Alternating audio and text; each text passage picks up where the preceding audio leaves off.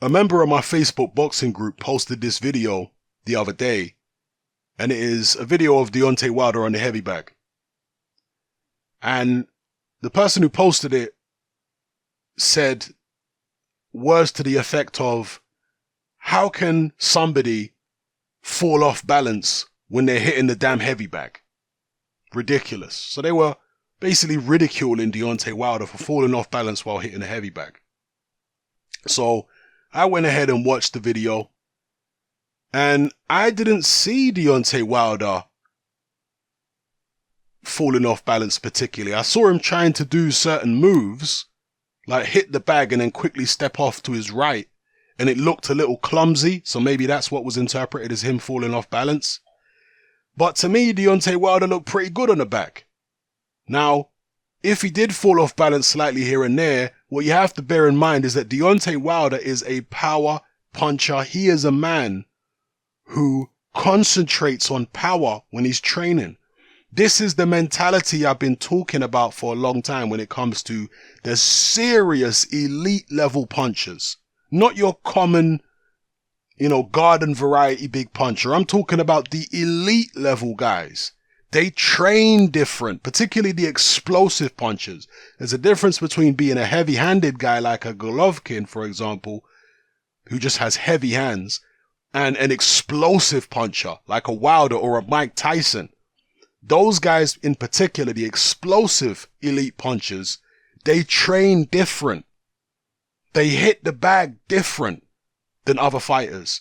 When they hit the bag, they are trying to hit it as hard as possible every time they hit it. This is what you very often see if you ever watch a Mike Tyson bag session. I remember watching, many Mike Tyson videos over the years where he's training, and you've got all these geniuses in the comment section saying, oh, he should be working 3 minutes of every round. He's only fighting in bursts, and oh, what's this about? Oh, I think he's just doing it for the cameras. No, he's not just doing it for the cameras, genius. He's doing that. He's training that way because that's how he fights. He's a power puncher. Mike Tyson would spend hours and hours and hours, day in, day out, hitting the bag as hard as he could. This is how you develop muscle memory. So when you get in the ring and somebody throws a certain shot at you, you can slip it, and then your counter is naturally going to have tremendous power on it, because the majority of punches that you're throwing in the gym are thrown with maximum power. You're not throwing little pitty-patty shots to look pretty on the pads and on the bag, working 3 minutes of a round. No. The way Mike Tyson used to punch, you can't punch like that for 3 minutes of a round on the bag. It's impossible. For more than a couple of rounds anyway, because you burn yourself. It's impossible. The man's throwing with full power. You can't throw with full power for 3 minutes of a round if you're a serious puncher like a Mike Tyson or a Deontay Wilder. And with Wilder, as you see it now, not every bag session of Tyson's was like that. He might have had some lighter sessions, but the majority of his sessions that you'll see, that's what he's doing. Same with Wilder. When he's hitting the bag, he is trying to murder the bag. The mentality of the puncher is different. He's not trying to, his priority is not to look pretty. It's to literally kill something when he's hitting that bag. That's what he's envisioning in his head. He's trying to do maximum damage. And in doing so, he will throw himself off. But Wilder is a naturally clumsy, kind of gangly guy anyway. All right. And when he's trying to put maximum power, all his body weight into these straight shots and these hooks, yeah, he's going to fall off balance here and there. But you're not looking at the positive side of that. And that is that Wilder is continuously developing his power. You're not looking at how the kind of power that Wilder has is developed. Now, I agree with Teddy Atlas, in the sense that punchers are born, they're not made, but a puncher might be born. You might be born with the physical aptitude for punching hard, but you need to train yourself to improve your punching power, to develop it. Yeah, there's a certain baseline level of power that you're going to have as a natural born puncher, But to get that baseline level of power to elite level, world level, you're going to need to train yourself. You're going to need to develop the power. It's not just something that the first day you walk in the gym, you've got the same punching power. And I'm talking about the first day you ever walk in a boxing gym in your life.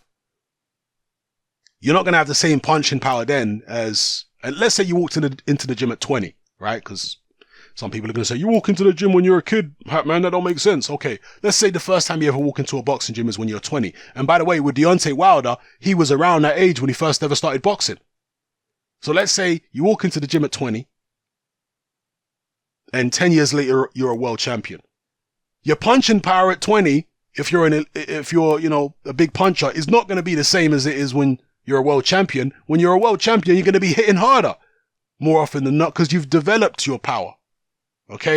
And that's what Deontay Wilder's doing here. This is what you're seeing is how a fighter like him will develop his power by hitting anything that he can as hard as possible. And it does involve, transferring your weight.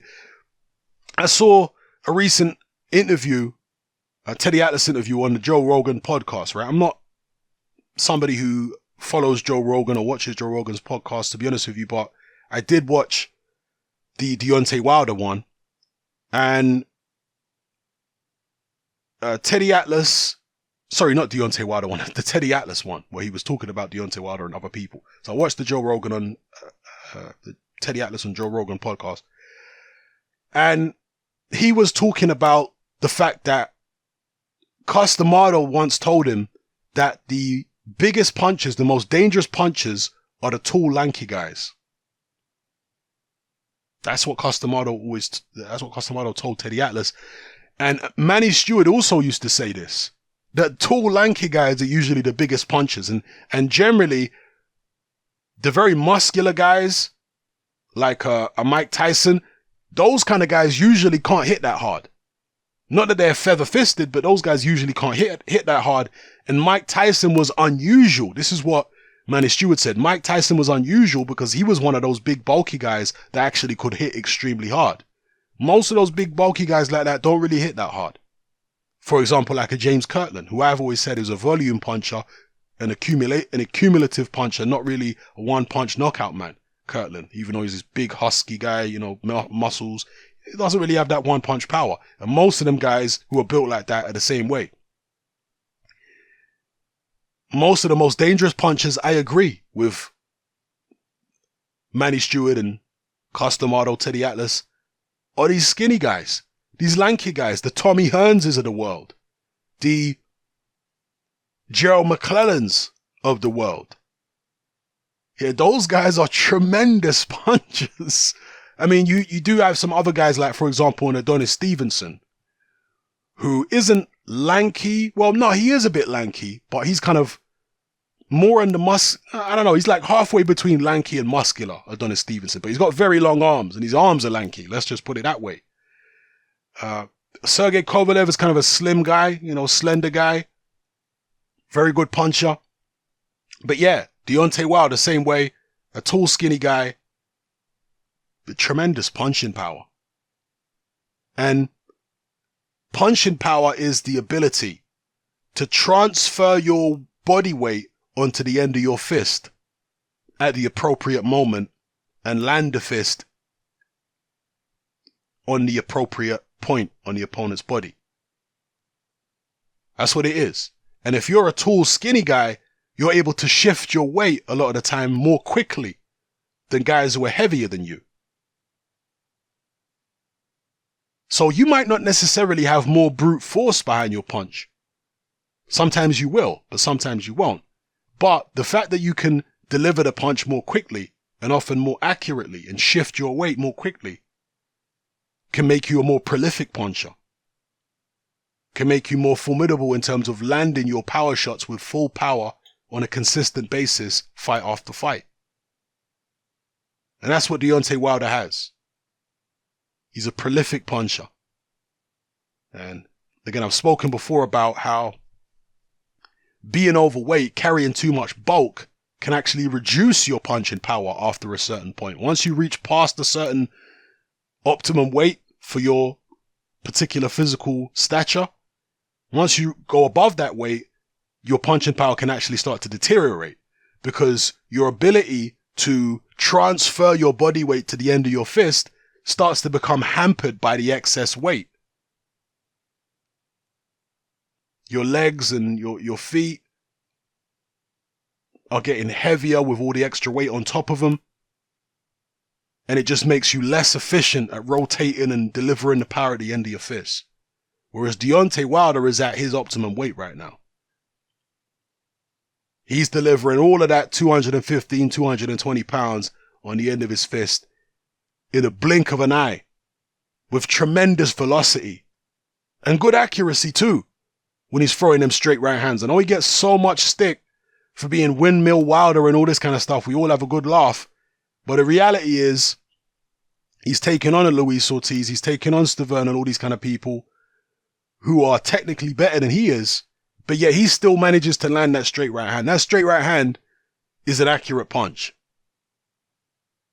It is. So, yeah, I thought Deontay Wilder looked pretty good on the bag. To be honest with you, he was working on his left hooks as well, which, yeah, they do look a bit wild, but it is what it is. He's never going to be the most pretty fighter in the world. That's not what people should be worrying about. People should be worrying about, is he effective? And so far, he has been effective. So, yeah, I thought the bag session was decent enough. Snappy jabs, left hooks, and of course that tremendous right hand that he's got. We'll see how Tyson Fury deals with this all in the ring. I mean, if you look at, and here again, this is the difference between a puncher in a Deontay Wilder and a technical guy like a Tyson Fury. Because when you see Tyson Fury on the bag, he's throwing a lot more punches, but they're lighter punches. He's moving around more. He's doing a lot of technical things. Because Tyson Fury's not concentrating on being a puncher. And maybe if he sat down on his shots on the bag, he could hit very hard.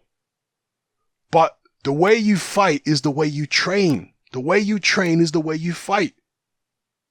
Deontay Wilder doesn't have to go in the ring and think about, okay, I'm going to try and hit hard now. He doesn't have to think about it. Because he's punching hard all the time in the majority of sessions on the bag, on the pads. He's going for power, power, power and speed, power and speed, power and speed. Punch as hard as possible, as quickly as possible. That's what he trains for. And so when he's in the ring, those kind of shots come out naturally. Extremely hard, extremely fast punches come out naturally to him. Tyson Fury, when he's in the ring, he fights the way that he trains, which is fast, snappy shots without really sitting down on them. So that's what comes naturally to him in the ring. If somebody throws a shot at him, he's not going to counter with a massive, huge power punch. No. His muscle memory hasn't trained his body that way. His muscle memory has trained him fast shot and then evade and get out and be slick and slippery. You see? So it's worth bearing in mind if you're thinking that Tyson Fury is going to come in and have a trade-off with Deontay Wilder in a war, you know, that Wilder is the guy who always trains for power, so he's better equipped for a situation like that. Yeah, let me know how you feel in the comment section below, people. It's happening, I'm out. Join me on Patreon. I upload a minimum of 2 podcasts every single week, covering a wide variety of controversial topics, as well as live stream Q&A sessions. Take a look on screen right now at some of the podcasts I've produced so far. For just $3 a month, the equivalent of about £2 a month, you get access to all my new podcasts and my entire back catalogue of past podcasts, including my popular Confessions of a Nightclub Bouncer series. You can listen on your computer or on your smartphone or tablet by downloading the Patreon app from the Google Play Store or the App Store for free. The Patreon app also allows you to download each podcast in MP3. For less than the price of a cup of coffee, you get access to dozens of hours of exclusive content. It's easy to sign up, there's no contract, and you can cancel at any time. So come and join our community of free and critical thinkers by signing up with me here on Patreon today.